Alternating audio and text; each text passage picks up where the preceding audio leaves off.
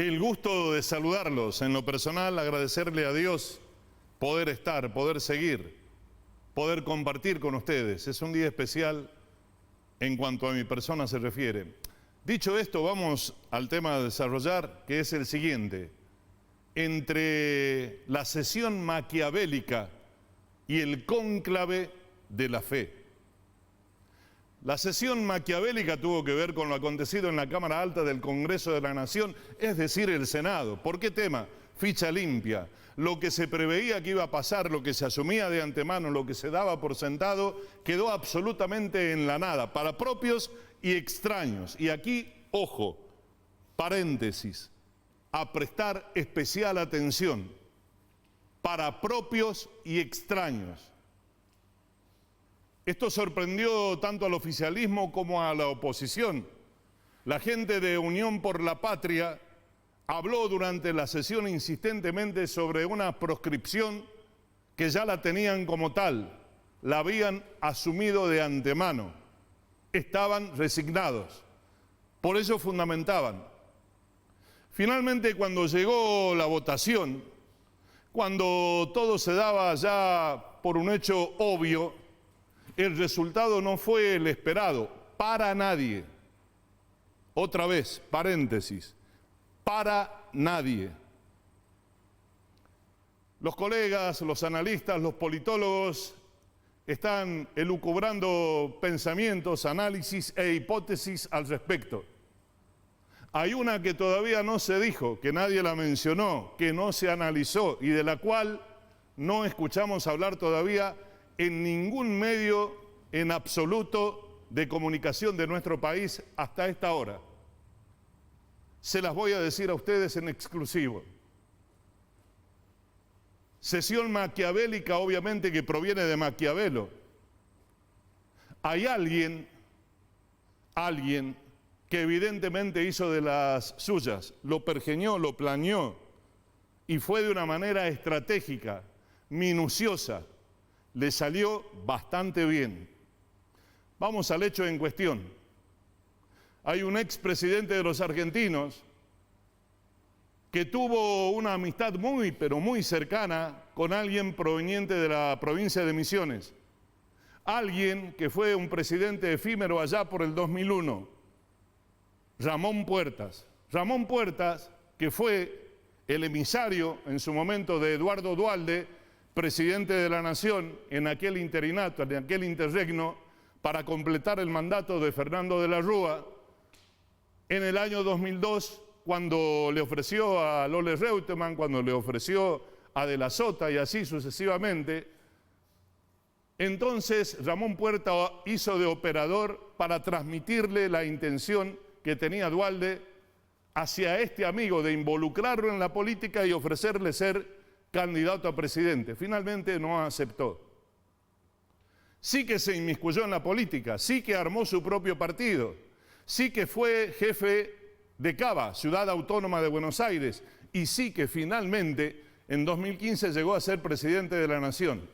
Obviamente estamos hablando del ingeniero Mauricio Macri. ¿Qué tiene que ver Macri y lo que les estoy mencionando con esta sesión maquiavélica? Vayan teniendo en cuenta los elementos que les estoy haciendo mención. Puerta, oriundo de Misiones, Ramón Puertas, que tenía como funcionario ¿a quién? A Carlos Rovira. Carlos Rovira, que dicen que maneja el poder desde las sombras, con su propio partido, y no es el gobernador en uso de sus funciones, sino Rovira. Ahora bien, evidentemente todavía no analizaron esta posibilidad.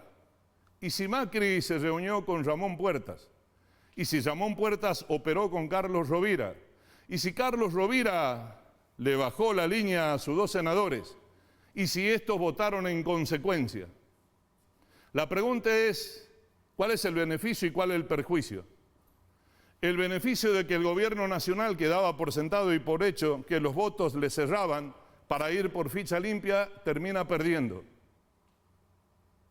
Lo que muchos analizan y lo dan como que esa es la cuestión por la cual se llegó a esta situación, es justamente lo que quería conseguir probablemente Macri, que se piense que parte del gobierno de la nación, Santiago Caputo, haya negociado con Carlos Rovira para una grieta y una confrontación más profunda entre Santiago Caputo y Karina Milei, ahondar la crisis interna política en el gobierno de la nación.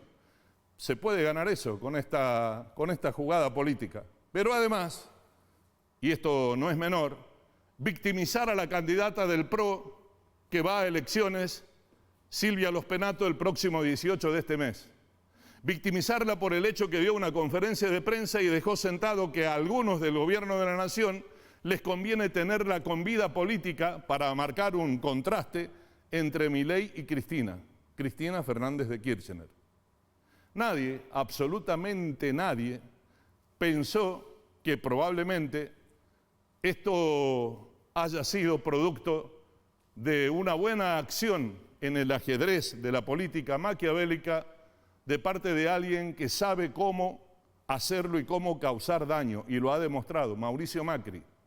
El mismo que le quitó la presidencia, que ya la tenía acariciando en sus manos Horacio Rodríguez Larreta, y alentó a Patricia Bullrich que vaya a la interna con él en las PASO de 2023, y quedó Larreta en el camino. Con ello logró que el PRO no sea quien se haga cargo de la presidencia y que quede él como el único proveniente de esa expresión política por haber ocupado la primera magistratura nacional.